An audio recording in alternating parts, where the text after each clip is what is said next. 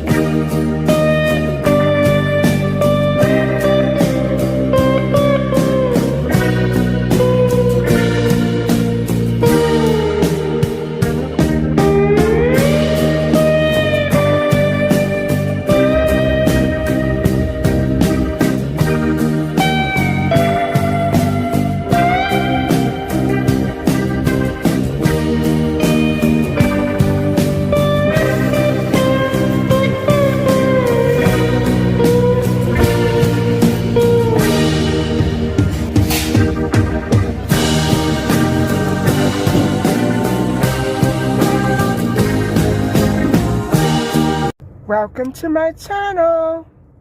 Hi guys, welcome to my channel and welcome to another episode of A Story Time. And I'm just starting off the vlog by letting you know that I really appreciate the luxury of being able to choose between different kinds of coffees. And I guess I'm basically talking about the North American culture and the split between Canadian and American coffee choices. And so, you know, I have always been split right down the middle. I can never decide what I love more, Canadian coffee or American coffee.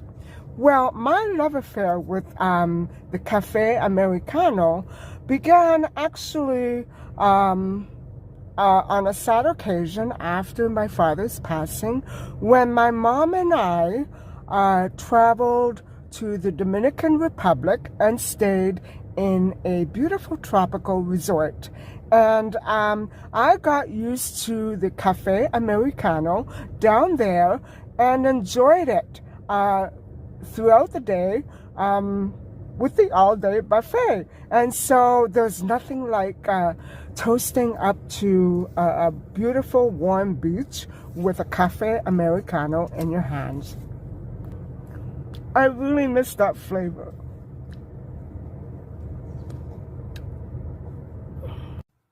And when it comes to making choices about things like coffee or even pink wine, I always love to have that luxury of being able to choose right across the board. And I don't like limitations and I don't like boundaries, especially when deciding what to drink or eat.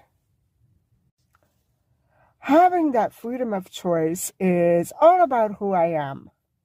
It's all about who we are. And so for me, I can't think of anything that I dislike about the North American culture, either Canadian or American. I don't want to have to choose, and I'm not going to anymore. I'm just going to try to see things as one big culture and not something that's been divided in the middle.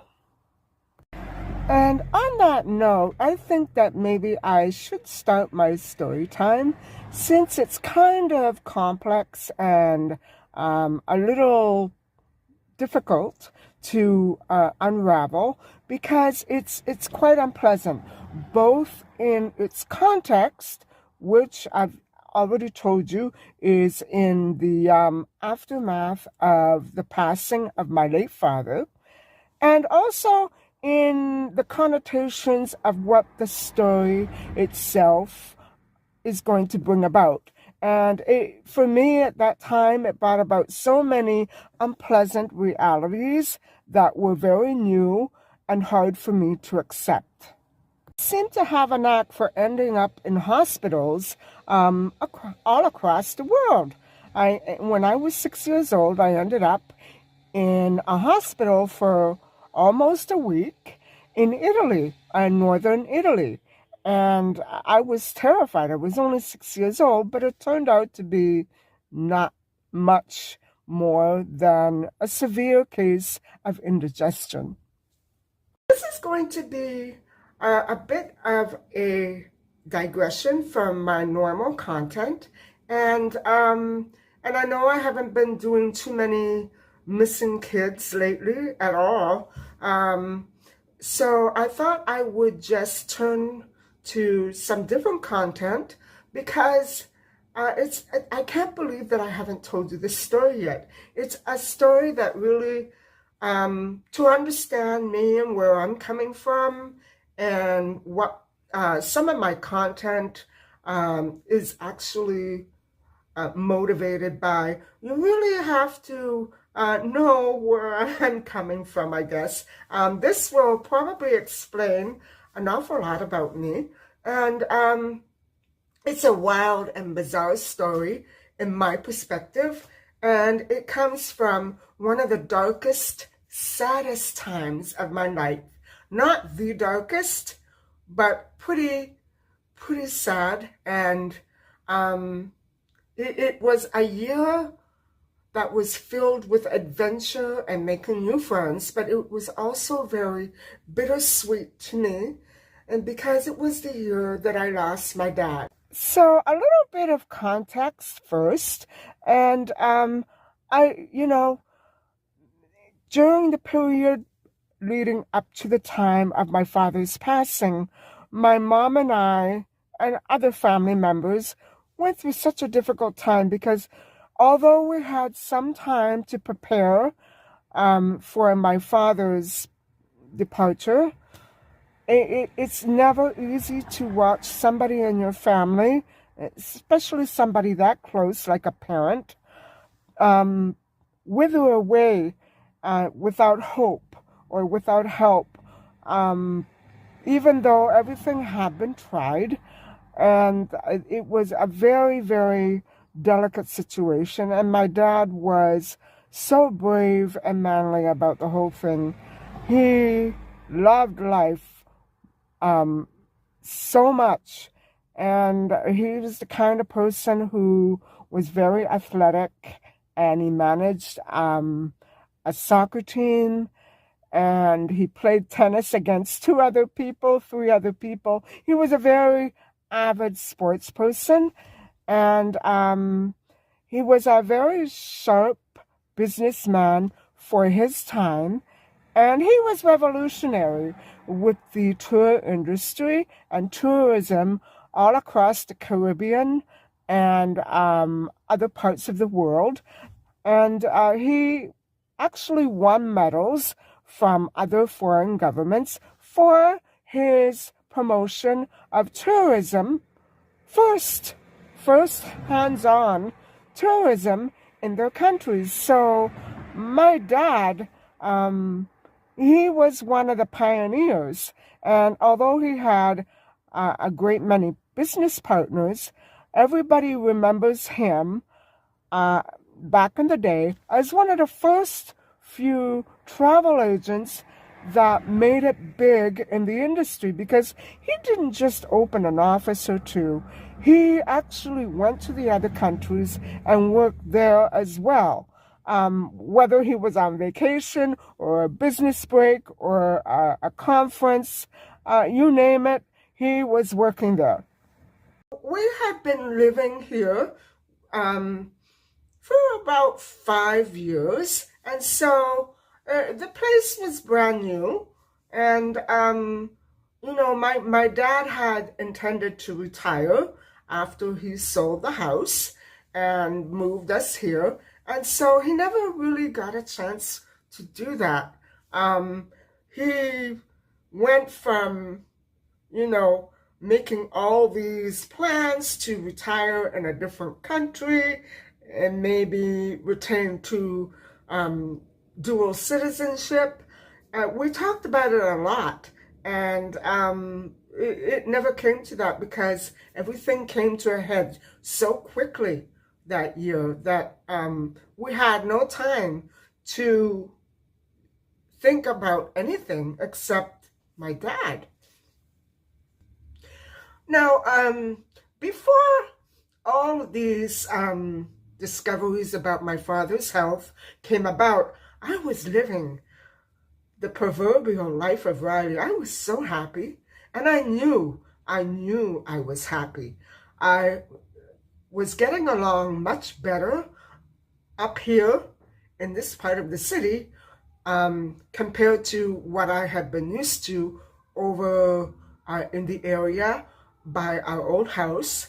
And things were very, how do I say it?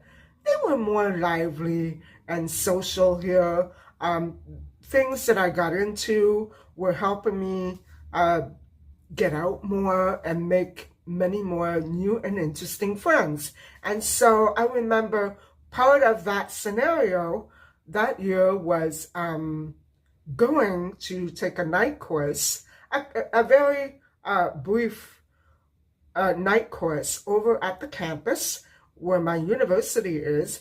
And I remember one night that I was there walking home, going to my car to drive home, I should say. And I met a gentleman, a wonderful Asian guy who was much younger than me. And so, he was too young for me, but we were friends. We hit it off as friends. And although he would probably try to convince you otherwise, I was of the idea that we would surely just remain platonic, and that is what I did. He was just much too young, and I couldn't get involved with a younger guy. I remember he was a postman, and he was a nice man, a very sweet young man. And he stuck by me all throughout this, horrible ordeal with my dad ailing in the hospital. I was undergoing one of the most incredible years that I had ever undergone. And I had a great many friends, and a group of them were women. And we had been going around having such fun up until the time that my father uh, gave us the news that he was not going to be getting better anytime soon. My dad had been ailing for quite a few months, approximately a year and a half, and the doctors could never get to the bottom of it until finally they got it, and it was too late by the time they realized what was happening to my dad. My father was very active in the tourism industry, and I decided not to get involved in it in the end. A tour company, which was very famous and very popular. Everybody traveled with that tour company. And we also had, besides that tour company, a chain of travel agencies. And so I remember so many of those agents pulled apart and tried to do their own agencies, and they did very well. We were all very loyal friends. And so my father was the president or vice president. I have to look that up in the encyclopedia because I don't remember. I've blocked it out permanently from my mind. I don't know why.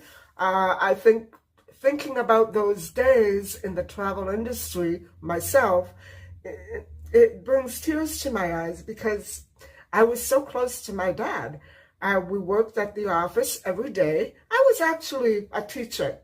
And, because I found those children playing on the railroad tracks, I washed my hands of that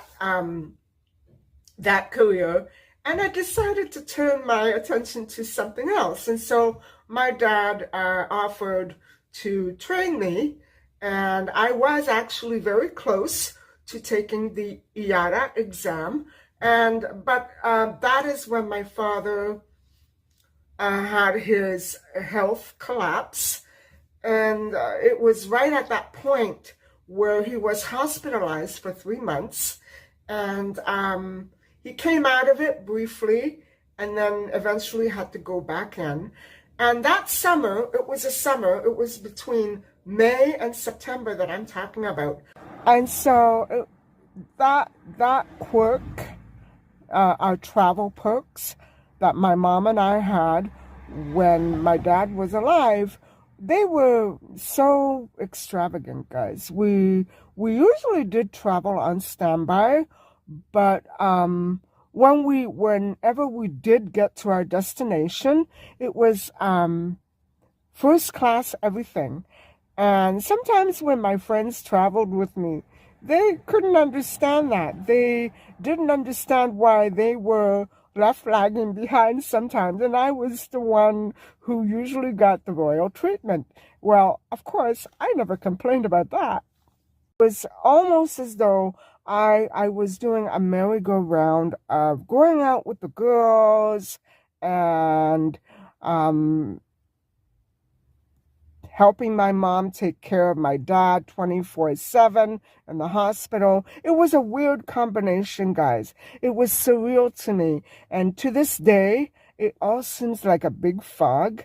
But I remember my uncle and my aunts, all on my dad's side, all came from Italy to be with my dad.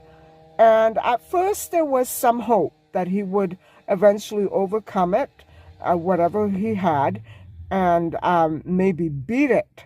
And so at one point they all turned around and went back home, and then they had to just suddenly all come back again. And my father had four sisters and a brother, and our house was full. But I don't think that we could have managed without their support. And, you know, in those days, they were very special to me.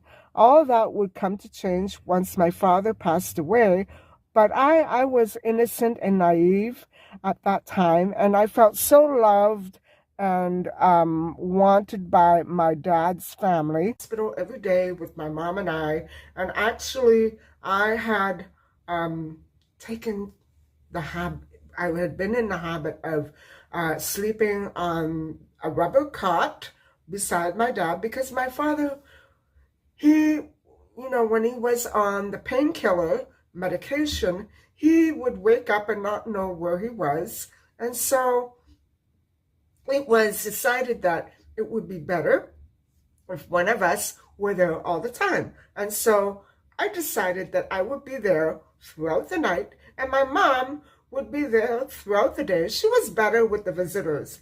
I was very clumsy with helping my dad get out of bed. He couldn't walk at that point, and so he could walk up until his second hospitalization, and then it was just, you know, there was nothing more that we could really do. And so I remember my mom and I had all these relatives and friends flocking to the hospital on a daily basis. And so it was, at one point the hospital complained, and yeah, so did I. It was just too much for my dad, because in the end, he really didn't know exactly who was his friend and who was his enemy. He didn't have any enemies. I'm kind of kidding, but he didn't know if it was somebody he could trust. You know what I'm saying? He used to tell my mom and I, please don't leave me here alone. Don't leave me here alone, because I don't know what I might do if somebody walks in and I don't know exactly who they are. I don't want to be left alone. I want you there to sort of let me know, because the nurses didn't know our circle of friends. And so anyway, I felt so close to my family at that point. And all of our friends, people that we had had fallings out with, they all came back to us. And it was so good to forgive and be forgiven, and all one happy family again. And, well, it lasted a while, but it didn't last very long. And so I realized that after my father passed away, so many people were expecting much more than what actually transpired, and nobody contested his will, and so it stayed the way it did. And you know, I don't know why I'm talking about this, but it's been a big source of tension and stress for me and my mom when she was around. I also want to add that my father was quite uncomfortable staying without anybody he knew overnight. And although he tried it, it was very difficult for him. And he couldn't put it in words because by that time he was in and out of these morphine related fogs, and he was in a great deal of pain, and so he had a hard time expressing exactly what he wanted to tell us, but we knew that he wanted one of us overnight and during the day. And so that's why we separated, my mom and I, and made sure that one of us was always around 24/7. My father passed away in September, and my best girlfriend, who I met in Teachers College, she hung out with me a lot. She was there the day that my father passed away, and so were the So was the younger guy. He was coming in and out of the hospital almost on a daily basis.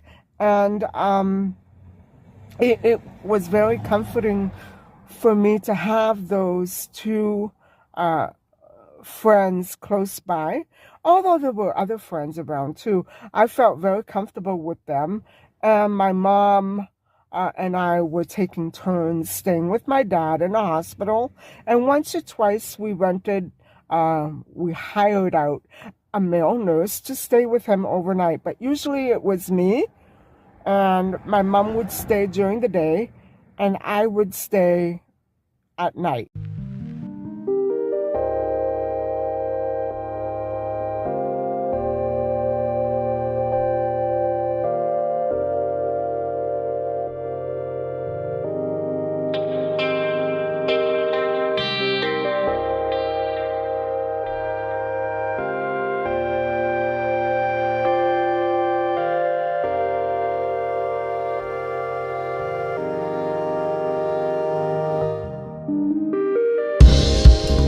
I remember getting very sick right around the day before that my father passed away. And I was feverish, and I had a horrible cough. And I know that the hospital was quite air conditioned, and I believe that that's part of why I was so sick. And I remember feeling horrible. My throat was so sore that I couldn't move my neck, and I was pretty sick. And I remember being having such a high fever the night before, about a week later after my father passed away, the night before the funeral, and I could not focus. I was so out of it. I was sick. I was very sick, and I was in shock. I didn't know how to behave. I didn't know how to feel. I was crying one minute and glad that my aunts and uncle were there. I didn't know what was going on. I'd never went through grief that strong before. I have had people close to me pass away, but nobody as close as my dad, and so that was big for me. I remember having lost scads of weight, and I was moving down to a size 1 or 2, and for me that was pretty small. I normally was a size 6, a size 4, but I was steadily losing more and more weight.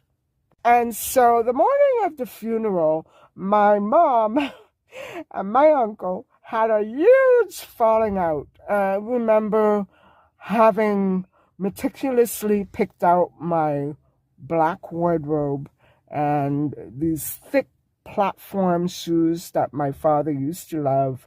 Remember when platforms were in style? Well, these were really thick and heavy with laces. And I remember having a black jacket, a black skirt, and black nylons, black tights. I was out of it, guys. I was very feverish. I couldn't handle it. My eyes were glassing over, and I was basically in a permanent daze. And I remember my uncle and my mom having words. I don't know exactly what it was. I missed the first part of it, and so it ended up that we were, my mom and I traveled to the church for the funeral in a limo all by ourselves. And actually, considering how sick I was, that made a lot of sense. Back then, it didn't make sense to me. But because my relatives had to travel back to Europe in a few days' time, they weren't going to get sick, right? They couldn't fly sick. So, yeah, I was so out of it. It didn't make sense to me then, but my mom was so pissed. They ended up being late for the funeral because they got the directions wrong, and Oh, what a day. Anyway, there were thousands of people there. Thousands and thousands. I remember that people were lined up outside the church, and all the people that we knew were there. A couple weren't. A couple missed the funeral. I wasn't sick enough for that. I noticed right away a couple of his friends were not able to make it. And so, yeah, that was one of the things that almost blew me away, because my father's friends were very close to him. And for these couple of people to have missed his funeral, it really made me think. Anyway, my best girlfriend and the younger guy were both hugging me side by side at the funeral, all my relatives, and I sobbed. I remember my mother saying, "That's enough, no more." And I remember telling her, "I don't know what I'm doing. I don't know why I'm crying so much. Maybe because I feel so sick, maybe because it's so overwhelming, but I can't help it." I think every little thing upset me, and I think in the end she realized that I was just so sick. I couldn't manage, and I had to skip out of the luncheon and go home with somebody else because I was too sick to stay. My fever was raging at that point, and I was burning up.